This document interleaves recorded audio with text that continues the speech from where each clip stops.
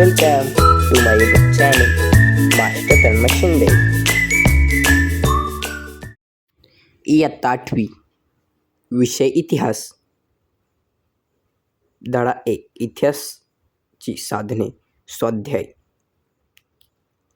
व्हिडिओला लाईक करून चॅनलवरती जर नवीन असेल तर चॅनल लाईक सबस्क्राईब नक्की करून द्या, जेणेकरून तुम्हाला संपूर्ण मराठी व इतिहासचे स्वाध्याय आपला चॅनल मास्टर तन्मय शिंदेवरती बघायला मिळून जातील.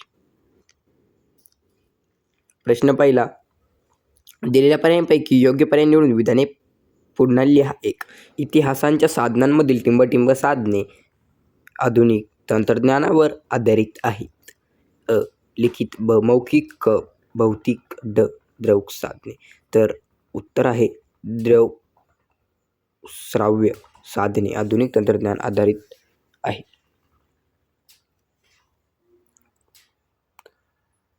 2. पुण्यातील टिंबटिंब या गांधी स्मारक संग्रहालय गांधीजींच्या इतिहासाविषयी माहिती मिळते. अ. आखान पॅलेस. ब. सायरमती आश्रम. क. Cellular cell. ड. लक्ष्मी विलम पॅलेस. उत्तर आहे आग्राखान पॅलेस. 3. 20व्या शतकातील आधुनिक तंत्रज्ञानाचा एक आगळा आविष्कार म्हणजे टिंबटिंब होय. अ. पोवाडा. ब. छायाचित्रे. क. मुलाखती. ड. चित्रपट. उत्तर आहे चित्रपट.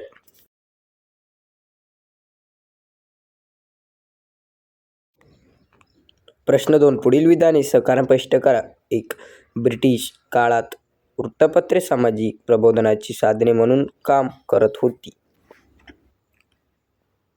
उत्तर आहे वृत्तपत्रे हे जनजागृतीचे प्रभावी साधन असून त्यातून समाजकालीन घटनांविषयी माहिती मिळते. ब्रिटिश काळात वृत्तपत्रांनी समाजासमोर सत्य, घटना व वास्तविक चित्रे मांडली. त्याचबरोबर समाजसुधारक संघटना, राष्ट्रीय नेते यांनी स्वातंत्र्य चळवळी वृत्तपत्राद्वारे आपले विचार मांडून समाजाला व स्वातंत्र्य चळवळीला योग्य दिशा दाखवण्याचे कार्य केले.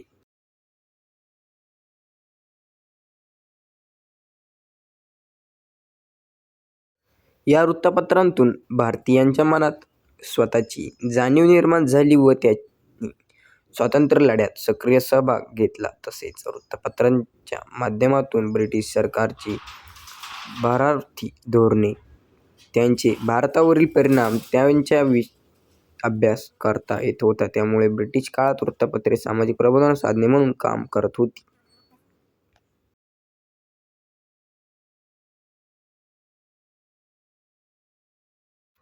2. चित्रफिती या आधुनिक भारताच्या इतिहासाच्या अभ्यासात अतिशय विश्वसनीय साधने मानली जातात. व्हिडिओला लाईक करून चॅनलवरती जर नवीन असेल तर चॅनलला सबस्क्राईब करून ठेवा, जेणेकरून तुम्हाला संपूर्ण इयत्ता 8वीचे इतिहासाचे स्वाध्याय बघायला मिळून जातील. उत्तर आहे आधुनिक काळात तंत्रज्ञानाच्या विकासामुळे छायाचित्रण, ध्वनिमुद्रण, चित्रपट व चित्रफिती यांसारख्या साधनांचाही विकास झाला. 20व्या शतकात चित्रपट तंत्रज्ञानात मोठ्या प्रमाणात प्रगती झाली. भारतीय स्वातंत्र्य लढ्यातील दांडी यात्रा, मिठाचा सत्याग्रह, चालेचं आंदोलन यांसारख्या ऐतिहासिक प्रसंगांच्या ध्वनी चित्रफिती उपलब्ध आहेत. अशा चित्रफितीमुळे इतिहासातील घटनेतील घटना आपल्याला जशीच्या तशी पाहायला मिळते. म्हणून चित्रफिती या आधुनिक भारताच्या इतिहासाच्या अभ्यासात अतिशय विश्वसनीय साधने मानली जातात.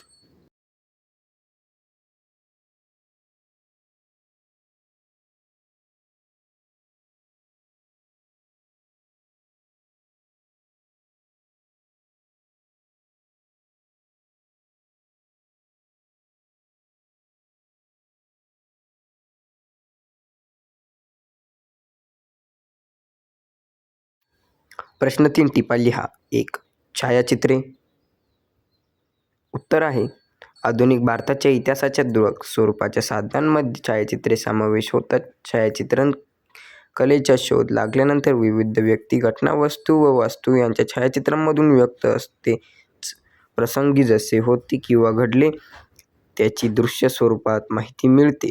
मध्ययुगीन काळातील चित्रात काढलेल्या व्यक्ती व घटनांच्या चित्रांपेक्षा छायाचित्र ही अधिक विश्वसनीय मानली जातात. तसेच व्यक्तींच्या छायाचित्रांवरून ती व्यक्ती, तिचा पेहराव, त्यांच्याविषयी माहिती मिळते.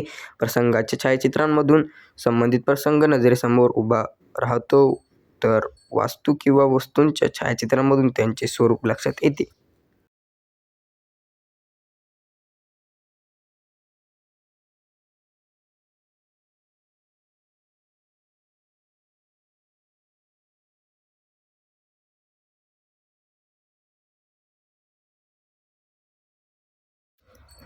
2. वस्तुसंग्रहालय आणि इतिहास.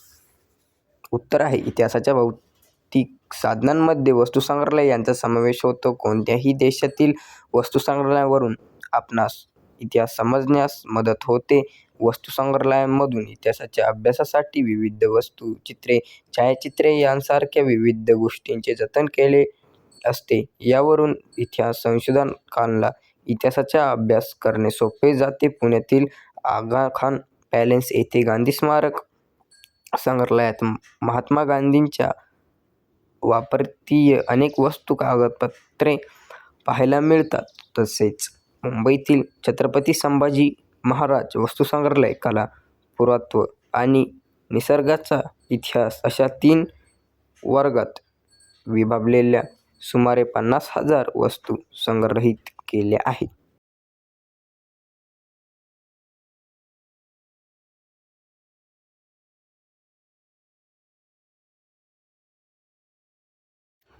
तीन.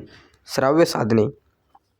उत्तर आहे श्राव्य साधनांचा वापर इतिहासाची साधने म्हणून करता येतो. आधुनिक काळात तंत्रज्ञानाच्या विकासामुळे ध्वनिमुद्रण तंत्राचा शोधही महत्त्वाचा आहे. इतिहासाची श्राव्य स्वरूपाच्या साधनांमध्ये ध्वनिमुद्रे किंवा रेकॉर्ड्स यांचा समावेश होतो. आधुनिक काळात नेत्यांनी किंवा महत्त्वाच्या व्यक्तींनी केलेली भाषणे, गीते ध्वनिमुद्रे असलेल्याने त्यांचा वापर इतिहासाची साधने म्हणून केला जाऊ शकतो.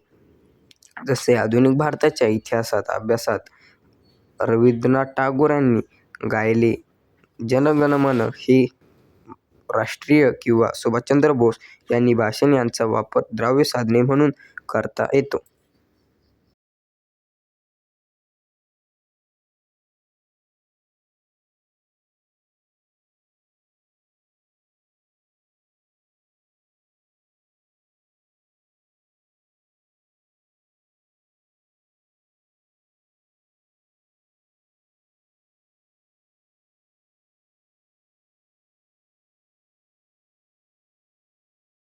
प्रश्न 4. संकल्पना चित्र पूर्ण करा. भौतिक साधने. पहिलं आहे पुतळे आणि स्मारके, शिलालेख, त्याच्यानंतर लेणी, पदके, इमारती व वास्तू, ताम्रपट, किल्ले, नाणी हे सर्व भौतिक साधने आहे. तर व्हिडिओ आवडला तर व्हिडिओला लाईक करून चॅनलवरती जर नवीन असेल तर चॅनलला सबस्क्राईब नक्की करून ठेवा आणि व्हिडिओ तुमच्या 8वीच्या मित्रांनाही शेअर करा, जेणेकरून त्यांचा पण इयत्ता 8वीचा इतिहासातील पहिला स्वाध्याय पूर्ण होईल. तर आपल्या चॅनलवरती संपूर्ण उत्तरांचा असेच तुम्हाला व्हिडिओ बघायला मिळून जातील. त्याकरता व्हिडिओला लाईक करून चॅनलला एकदा सबस्क्राईब नक्की करा.